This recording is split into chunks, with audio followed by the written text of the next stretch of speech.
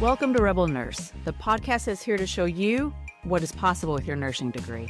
I'm your host, Erica Browning, a proud nurse and your guide to exploring all the unique and exciting opportunities this profession has to offer. Let's get into today's conversation. Hey, Val. Hi. Welcome to the Rebel Nurse podcast. Let me introduce you to everyone, and then I'll give a little backstory about us. This is Valerie, you can call her Val, whatever rolls off the tongue, Smith, and she's a family nurse practitioner. And I really wanted to have her on because, one, she's a family nurse practitioner, and she has her own business, which a lot of nurses would be interested in both of those things. And so I wanted to talk about your journey, but I feel like we should tell everyone because it sounds like we really know each other. And we didn't know each other until all of a sudden we did, and we found out that we have the exact same birth date, we're the exact same age, and after I messaged you on Instagram saying, hey, do you want to come on the podcast? We're like fast friends. I know. It's amazing, actually. I was thinking today, I wonder how this is going to go, because I feel like when we talk, we're like just talking forever. I'll talk your head off. You got to be careful if you call me. Hey, aren't we twins? Because I feel like we were just born on different sides of the world, different sides of the U.S., because I'm originally from Canada. So you in the U.S., me in Canada, same birthday, not necessarily the same time, though, I think we figured out, right? Yes, I think you had to call your mom. I was born in the afternoon. I think you were in the morning. And then at one point, you're like, how old are we? I still forget. So this is why my kids tell me I need to do puzzles daily. Let me tell you, I just had this conversation with my friend where, I can rattle off lyrics from some song when I was in high school, but adding basic numbers that I used to do in my head, I'm like, I need my calculator. Isn't that indicative of Gen X, though? I feel like that's where we are. Are we saying Gen X? People have forgotten about Gen X. They just say baby boomer, millennials. Gen X, man, we're where it's at, in my opinion. I feel like we were the trailblazers, but hey, you know what? That's another discussion for another time. It sure is. So let's get started. The reason you're here is you're a family nurse practitioner, you're on IG, you have your own business, but I want to start from the beginning in your nursing journey. What even got you interested in nursing? Oh my God, every time I tell this story, it just sounds really cliche, but it's the truth. I went to a latchkey program when I was a kid, and my parents were working, and back then they had like meat packing paper. You know how the big rolls of like paper, so they like rolled them out and you had to trace your body and you had to draw what you wanted to be, and I wanted to be a nurse, and that was just always my thing. I don't even know that I could necessarily link it to one specific thing when I was younger, because how does one know at 7 what a nurse actually is? I don't know. I feel like I must have seen a hospital at some point or something, but it just stuck. And I think also when you make a decision, at least in our generation, back then, it was like you make a decision on what you want to do and you follow it through. Whereas now we kind of, if that's really not what you want to do, we can do something else. But it just fit. I always say it chose me. It's just who I am. I always like to ask everyone because everyone comes to it via a different way. And some people will have you think that it has to be a certain way. No, it doesn't. It doesn't matter. No, it really doesn't. But you will know, I think, because whether that's right in that first semester of nursing school or after your first clinical rotation or you've been in the field for a year, you will know whether or not that is a fit for you. For me, again, it sounds very cliche, but it's very honest. It's just always what I've wanted to do. What kind of nursing did you get into? I remember I was working as a CNA. I had started nursing school in Canada, moved over not long after 9/11. The border was very congested and I couldn't go back and forth to clinicals. So I had to start back over here in the States. And I remember talking to somebody and saying, I'm going to the ICU. I was a CNA at the time. And this nurse said, you know what, before you go to the ICU, you really should do med surg. And I was like, there is no way I'm going to med surg. And I was like, I'm doing the ICU. And she was like, no, do it. And you know what? That was the best advice I ever got, because I did do a year of med surg and it really allowed me to hone in on my intuition, on my skills, on assessing a situation and being like, okay, something here doesn't look right. Not being afraid to speak up when something didn't seem right. And then I went over to the ICU. ICU has heart until I've just crossed over to oncology. There's always this argument about whether or not should you go straight to the ICU? Should you start in the med surg? And everyone has their opinion. But it worked for you to start in the med surg and then go to the ICU? Yeah, I think also in hindsight, it's not impossible. If a new grad goes into the ICU Is it impossible? No, it's not impossible for you to learn the skills and do the things. And that would be naive of me to say. But do I think that giving yourself that year to really learn nursing and learn how you want to practice and pick up good habits, I think that's important because the ICU, although I love it, can be like a dumpster fire sometimes. And if you're a new nurse, that can be overwhelming. But so can other things like bone marrow transplant in general. So anything that has a high acuity, I think that spending some time learning the basics would be important. Yeah, I think any experience, it's not wasted, it's stacked. So any experience that you have is just going to stack and you're going to have a different perspective from someone else who didn't have that specific experience that you had. So anyway, along the way, so you started med surg, went to ICU, went to oncology. You eventually decided, I want to become a nurse practitioner. What was that journey like? When I worked as a CNA, I wondered about going to medical school. And then I became a nurse and I was like, I love this. And the ICUs, if you love autonomy, that is a great place to be. And I was just kind of coasting along. I liked my 12-hour shifts. I had the ability to go to my kids' school functions and things like that. I did always want more. And I remember one night a friend of mine saying, hey, listen, are you going to apply to NP school? And I was like, yeah, I think I will, like eventually. And she's like, just do it tonight. And I was like, it's like 4 a.m. I was like, I'm not doing this tonight. And she's like, do it. Just do it. Her and I are still very good friends. And I think she was maybe seeing me become a little bit complacent. I was like, fine. So I just put in like an info. Hi, I'm interested. My name is this. Well, sure as shit, they contacted me the next day.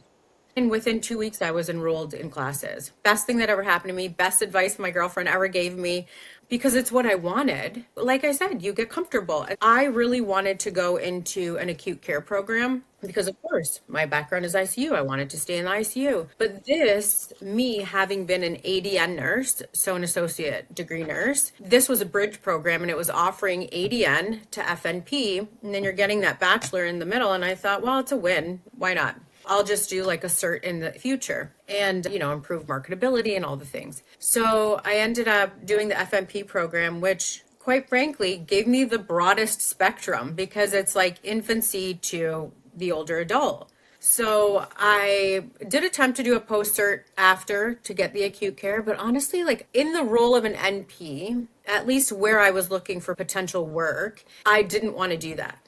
I didn't feel that it was as autonomous as I was in oncology or what I was doing now. I felt that it was a lot of scribe work and a lot of dumping, and that's not what I want. I like to be boots on the ground with my people. Like, I don't want to do that. That's not the facet I wanted to work in. Not to say every system is like that, not to say that's what the acute care NP is. Absolutely not saying that at all. Just in my area and where I was looking, that's what it appeared to be for me. And I have a great team in oncology and it just all fit really well. And so I thought, you know what? I'm not going to do the post cert. I don't need it. Then here's a good question. What advice would you have for nurses who are like, okay, I want to go to NP school. Which one do I pick? FNP? Because they're probably thinking the same thing that you are. Well, maybe I'll do FNP so I can get a wide variety. And then if I want to go to acute care, I can get the post cert. How? You have any advice for nurses like, okay, I want to take this next step. I'm just not sure what it should be.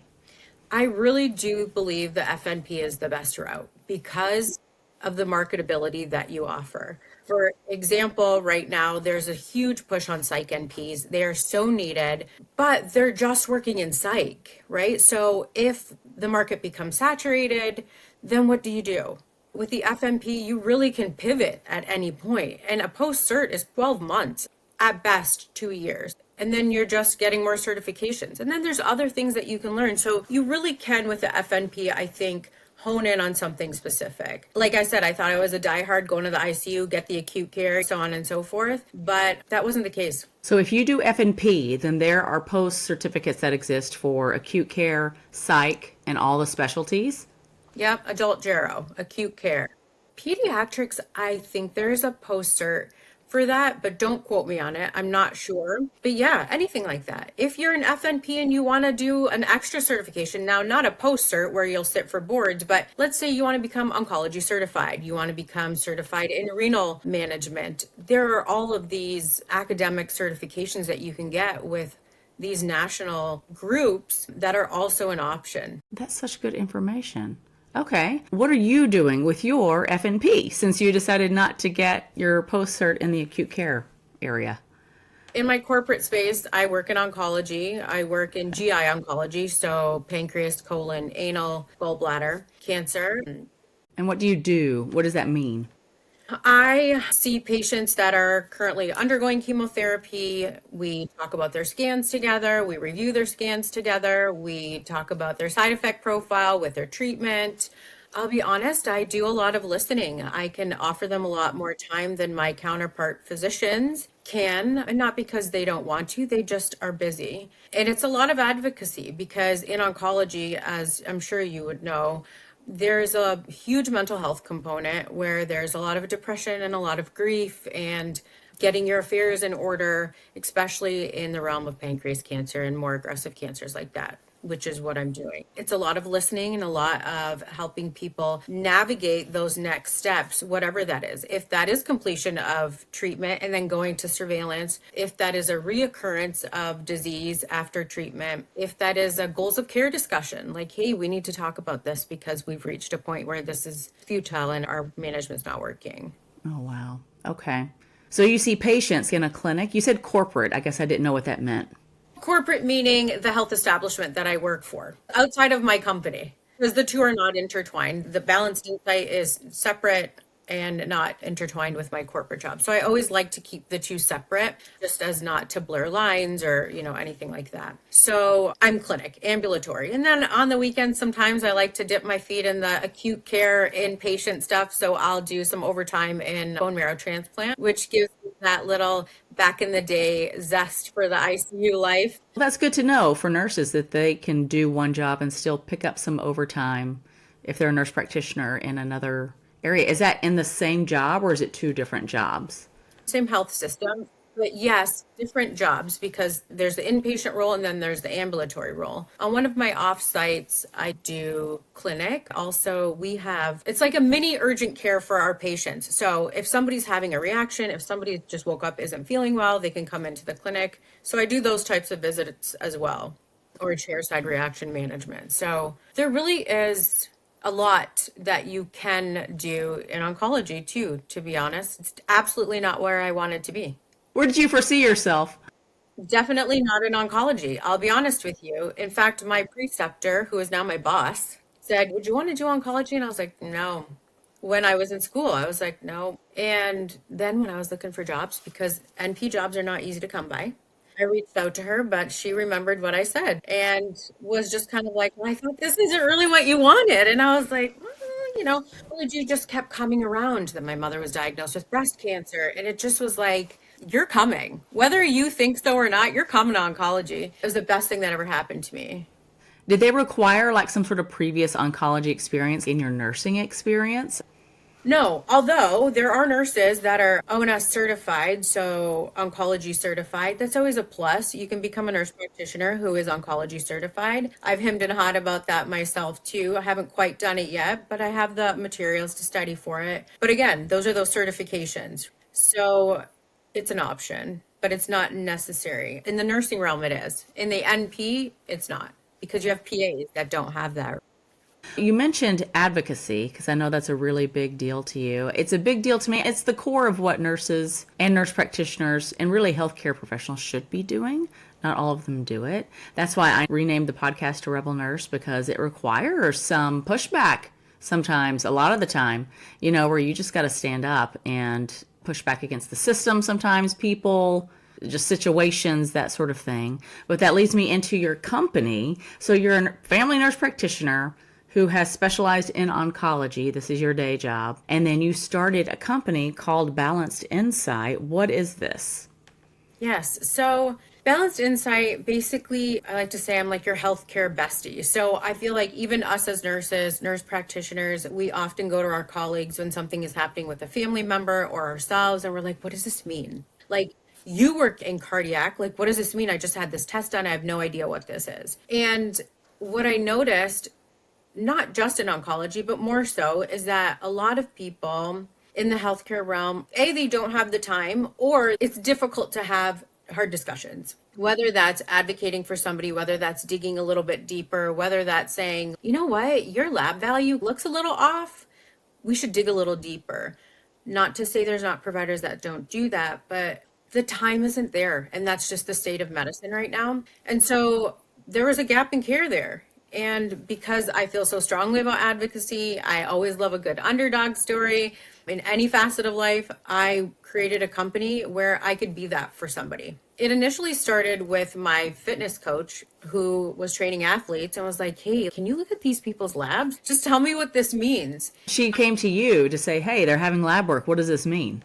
Yeah, yep. And so we just keep it really general, like, hey, this looks like this. They may want to increase their fluid, so on and so forth. And then I thought, God, I could really do more with this because this is not just the athlete that's having. This is the 40-year-old who is taking care of elder parents, and now their parents are transitioning, whether they have chronic health issues, whether they have ongoing medical appointments that maybe just don't understand what's going on or need some clarification, sift through medical jargon, those types of things. And so it just flourished from there. I love this. I feel like, because as the nurse practitioner in your family, me being the nurse in my family, they come to us, the people, they come to us and they're like, what does this mean? And you're like, you need to do this, this, and ask this, and do this. And then even sometimes with myself, I'm a nurse. I know the information, but when it's your own thing in your own body and the doctor telling you something, I don't know if it's like a part mental block, but you want to have a bestie to have a conversation with. And maybe you don't want it to be your provider. And not to say that providers are bad. Like you said, one, they're low on time. And two, you almost want to speak to someone who doesn't have skin in the game, who's not doing the ordering, where we can just have an honest conversation. And sometimes people don't want to say something because they will feel judged, or they don't want to feel dumb, or they didn't catch it in the moment. And to have that resource, like you say, I've got questions now that I've had a minute with this paperwork.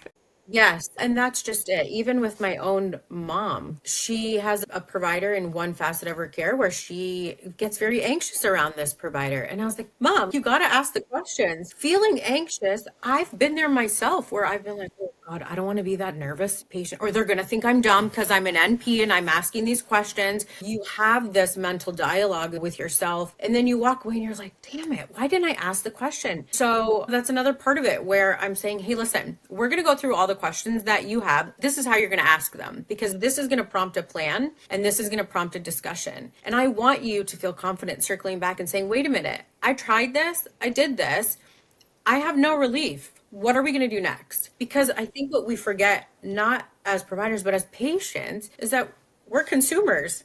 I'm paying you for a service. So even though we have insurance, it's kind of like when you use your debit card, you're like, oh my God, I got money. Swipe, swipe. That's that same mentality with insurance. I got insurance. It's fine. They must know what they're talking about. No, you're paying for that insurance. So you should get what you're looking for. I've said it before on Instagram, like, this is the long game, right? Like, your health is the long game. If we don't take care of this, right, this in between, which is life, then what? This is when we need to invest on how we're feeling. How do we optimize our health? How do we ask the questions, get the answers? So there's just too much information out there that is not necessarily accurate, or has been expounded upon that is not accurate, but it looks really good in a nice, pretty package. But I'm here to give you the same facts that you would be looking to your other medical providers for with that same education. Okay. That's cool. So you said that your coach gave you this idea. Like, how did you formulate the business? Because I'm sure there's lots of nurses out there who feel like they have something inside of them that they want to share. So how did you get the courage to make that next step and do it? Yeah, I think when it was this idea, and yeah, I could sidebar you and you could help me and you can pay me and that sort of thing. And I wanted to take it bigger. The first thing I did was call a lawyer, because we have a license to protect. And with nurse practitioners, if you have NPs listening to this podcast, or nurses that want to be NPs, not every state is a fully independent state for NPs. And so each state has their guidelines. And then when you're doing like an online company, that in itself has its other stipulations. So the first thing I did was reach out to a lawyer so that I could say, hey, this is my idea. This is what I want it to look like. What can I do? What is legal? And what will not affect my corporate work or my day job? Because That's my bread and butter right now. And I don't want that to reflect negatively on a company that I have been with for a really long time. So that was my first thing. And that attorney, that's an investment because there's always something to pay, helped me with my LLC. I spoke to another partner and I began the trademark process, went into some chat groups and found out how to create a website. My lawyer really was always my default back. I'm like, can you take a peek at my website? Do you think there's anything on there that's an issue? And then he also helped me with documents, paperwork, waivers to sign. If I ever wanted to bring on other NPs or if I ever wanted to bring in a medical director, how I could do that. So he was my best resource, quite frankly, because that was my focus, was the legal part. Now, did he have a specialty in helping, or is he just like a business attorney? No, he actually has done attorney work with those in the health industry, but he wasn't solely that. He does have other experience.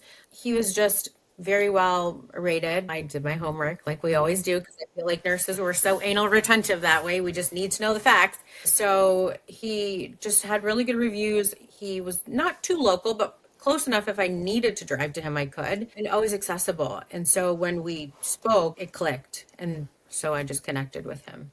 That's such an important part, especially in the healthcare field. Nurses need to know what their scope of practice is. Nurse practitioners need to know what their scope of practice is in their state. And if you want to start a business, you should talk to an attorney. 100%. You know, I mean, those that know me might say, like, I'm always thinking 10 steps ahead, but like, in the world of entrepreneurship, as we've seen over the years, like it can fold fast. So you really don't want to jeopardize anything that is your main source of income. And not even meaning to. We're assuming that everyone wants to do the right thing and they're not trying to, go under the radar, but sometimes there's things you don't know about. So yeah, I just did that. You know, my company name, I hemmed and hawed about that for a little bit. I just wanted to offer what I named it, which was Balanced Insight, because I just think like there are so many avenues you can take when it comes to your health. There's functional medicine, which I love, and there's definitely a space for it because I think integrative medicine is important. There's people that think that NPs are not in a space where they should be offering insight and they only want MDs. But again, we work with MDs. These are our colleagues. So there's a balance there. You get a little bit of everything. How long have you had your business, Balanced Insight? So it will be a year in March. Okay. How long have you been an NP? I didn't even ask that. I've been an NP 8 years. 8 years. Okay. Yeah. I've been a nurse for 15. I always default to that because I feel like don't ever forget where you came from. Like I'm a nurse. I know. And you're a nurse practitioner now, but people are like, well, you have a nursing podcast. Why would you have nurse practitioners on? Because they were nurses. And this is an option for nurses. Duh. And not only that, like my nurses know me, like my nurses at work, like we are nurses in the trenches. I'm always going to support you. I'm always going to say, hey, you know what? Like I had a situation with a nurse recently who was working a little bit outside of her scope. And I said, don't do that because it's not that you don't know. And it's not that you're not correct because you are, but God forbid something were to ever jump off. You really don't want to do that. And so I always have their back because I am you. I'm a nurse. But yes, so we opened in March. It was a very specific month. It was my father's birthday month, and I had lost my dad a few years ago, and that was a lot of advocacy in that situation, and it just felt very fitting. Yeah, that's great. And it's going well. I know entrepreneurship is bumpy. It is bumpy, folks. Let me tell you, nurses and nurse practitioners who want to be an entrepreneur, I'm 100% for it. It's amazing. It's bumpy. So just fasten that seatbelt. And if you're expecting it to go smoothly, it's not going to. When it doesn't go smoothly, it's not because you're doing it wrong. I mean, maybe you are doing some things wrong, but don't think just because this is hard that what you're doing is wrong, because it's just hard.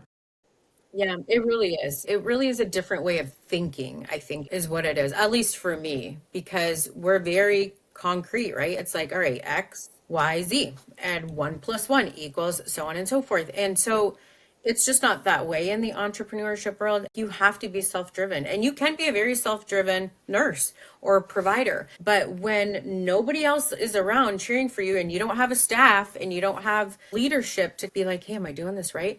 You're just figuring it out. So keep pushing through. I think that there's a role for leadership, but for me and what I've encountered through building this company and just my time in nursing and being an NP is that really, like, leadership is one thing. I don't want to sit in C-suite and call the shots and do the spreadsheets and all the things. I think my voice as a nurse is on the ground where I can push back and I can say, no, we're not doing this. This is not correct. This is not okay for the patient. This is not okay for our fellow nurses. That's where I think we can make the biggest impact. Because the reality is, in corporate America and that sort of thing, you can't always say what you want to say. I'm so glad that you just said that because you are a nurse leader. What I have found is people think that nurse leadership is at the manager level and at the C-suite, like you said. And you're like, excuse me, there's plenty of leadership among nurses that goes on that doesn't see any of those roles. I feel like I'm a leader in my podcast. I'm leading the way and showing nurses different things that they can do with their degree. You are being a leader in your business and in your corporate life, and even though you don't have that title. And so I really struggled because I want to get my master's degree. Well, there's all these leadership tracks, but it's hospital leadership. And I'm like, excuse me, there is plenty of leadership that doesn't go on at the hospital admin level. And so I haven't found a good fix for that or another track. Therefore, I haven't pursued it because I don't want to do hospital leadership. Leadership is more than hospital admin. So I'm so glad that you said that. I entertain the idea, right? Because when you're a nurse or you cross over into NP world, you think to yourself, what more can I do? There's more. There's got to be more. And I thought, okay, maybe this is really what I want to do. And I spoke to leadership and I said, I really want to go this route. Can I do this? And I remember I was putting myself out there and this leader says to me, the problem is that you really just care too much about what other people think.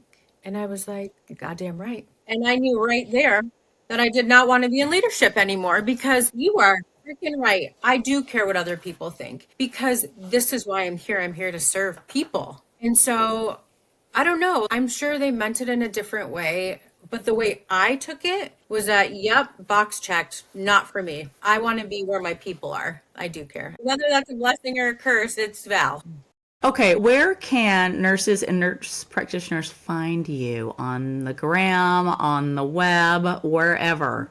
Well, you know what? I have a Facebook page because at the time of creating the business, I thought this is a great thing. I'll just open all the socials. And to be honest, I'm most active on Instagram. So balanced.insight on Instagram is where I'm probably the most active. If somebody wanted to see what the layout of the site was like or what kind of offerings that I have, then the website itself is balancedinsighthealth.com. And that will give you a little snippet about myself, services that I offer. And that's a great resource there. So IG is balanced.insight and the website is balancedinsighthealth.com. Yes. DM me. I think I even have my contact information on the website. You can shoot me a text. I am pretty accessible all the time. Like that is what is important to me. I'm this way with my patients. They have my cell. Call me anytime. Doesn't even matter. I know that at 9:00 at night, you're going to be like, oh my God, I just felt something. Who are you going to call? So just shoot me a text. Yeah. Cool. Okay. We are entering into the get to know you part because I feel like nurses want to know you. That's what I think. Okay, let me get to my questions here. What was your very first job? And I don't mean nursing, like your first job. Taco Bell. What's your go-to order at Taco Bell? Oh my God. I used to love, they don't have it anymore. Now it's called a cheesy roll-up and you have to add pico and meat. But it used to be called a Mexi Melt. A Mexi Melt. Yeah. Did you have it? It's so good. So it was like tortilla, cheese, pico de gallo, and meat. So good. Chef's kiss. You want to know what my problem with Taco Bell is? They don't have Diet Coke. It's Diet Pepsi. It's criminal. There are definitely people on both sides of the fence on that one. My gripe is with Taco Bell now is that I used to eat and feed 5 for like $15 and now it's like $35-$40. That was a great thing about Taco Bell. You could get like a box of tacos. It was like 12 tacos. They were $1 each or something like that. 14 cents. My mom still has it. That was your first check? Yeah, because they take out your uniform cost. Stop it. Your mom still has it? Still has it. Oh, that's hilarious. Okay. What is your favorite movie? Oh my God, Selena. Selena's my favorite movie. I will watch it 1,000 times over. I cry every single time. If the songs are on, I cry. It is my absolute favorite movie. Really? Yep. I love any movie that's like actually something that happened too. I'm still not sure why. Was it her manager that killed her? Why? Still don't know. I don't know. There's all this stuff that came out about that after too. So it's my favorite movie. Aw. Okay. What is your favorite junk food? Like your go-to, I'm having a bad day. What is my favorite junk food? I feel like I'm a vibe kind of girl, so I don't know that I can pick one. Sometimes it's like candy. Sometimes it's like a donut. I do love donuts. That's probably the one that wins most often because it's paired with coffee, but chips. There, that's actually the one. Like a chips and queso moment sort of thing? No, like crunchy potato chips. We didn't mention this in the beginning, but you're from Italy, right? Yeah, well, I'm from Canada. My parents, I'm a first generation child. So my parents, my brother as well, were born in Italy. So I'm a very proud Italian. You will often hear me say, well, it's because I'm Italian. Just because I'm just very proud of my culture and our heritage. But Nurses love to travel. If they go to Italy, what is your recommendation for them? my father's side was from the Amalfi area, and my mom is from Sicily. And they're both beautiful. And I think you just can't go wrong in Italy. And I think what it offers is that you really could find anything. You want something a little bit crisper, cooler, you can go one space. If you want something hot and a lot of water, you can go somewhere else. But my favorite so far has been the town that my father was from, and it's called Pietre sul Mare, and it's in the Amalfi Coast, and it's quaint. You're like on the coast, so you can just hop on the bus and head down to Amalfi, Rialto, all of those areas, but you can also rent an Airbnb in Pietre sul Mare and have your coffee shop moment with all the little cafes. It's very picturesque, very inviting. That's where I would go. Yeah, hidden gem for sure. Oh, I love Italy. I went, it wasn't last year, it was the year before, and we went to Rome, which I know it's a big city, but I loved it. I loved it. The Eternal City. Yes. I need to find a Roman. Thank you. It's huge. Again, not really my cup of tea, but I know that people like that. My mom loves Rome, and she's from Sicily. There was not one thing I didn't love about it. In every town that we went to, Florence, Venice, Lake Como, there wasn't one thing that I didn't love about it. Not one. You see those memes on Instagram, you know, like, choose. Do you go back to Italy or do you visit somewhere else in Europe? Back to Italy, somewhere else. And you're like, I think I'll go back to Italy. God, it's my yearly issue. I'll be honest with you. We're mulling that over as we speak, actually, my family and I, because it's like, do we go back to Italy again this year or what do? We go to Greece. But one tidbit I will tell my nurses is that we like to pack because we like to be prepared. Do not do that when you're going to Italy because you are going to regret it. Pack light. I promise you, you will have access to things that you need while you're there. But if you really want to enjoy your trip, pack light. My bestie that I went to Italy with, she would send me memes like with people dragging all their luggage. She said, this will not be us. And I'm like, it might be me because I am that person. But you're not wrong. Biggest lesson learned when I first went to Italy. Oh my God. There was 7 of us and we all brought a large luggage. We thought that was good packing. 1 large luggage for everybody. Try to find transportation for 7 people with 7 large luggages. Everything there is so tiny. It was very difficult. I guess that's a good note to end it on. Valerie, thank you so much. I feel like your information about being an NP, what to pick, and starting a company, and about your company, if people want to know more, they know to find you at balanced.insight on Instagram, balancedinsighthealth.com. Thank you for coming on. Thank you for having me. I really appreciate it. Thanks for tuning in. If you loved what you heard, do me a favor and share it with a fellow nurse who could use a dose of inspiration. And I'd love to hear your favorite takeaway. Post it on Instagram, tag me at ShopRebelNurse, and let's keep the conversation going. Until next time, stay a rebel.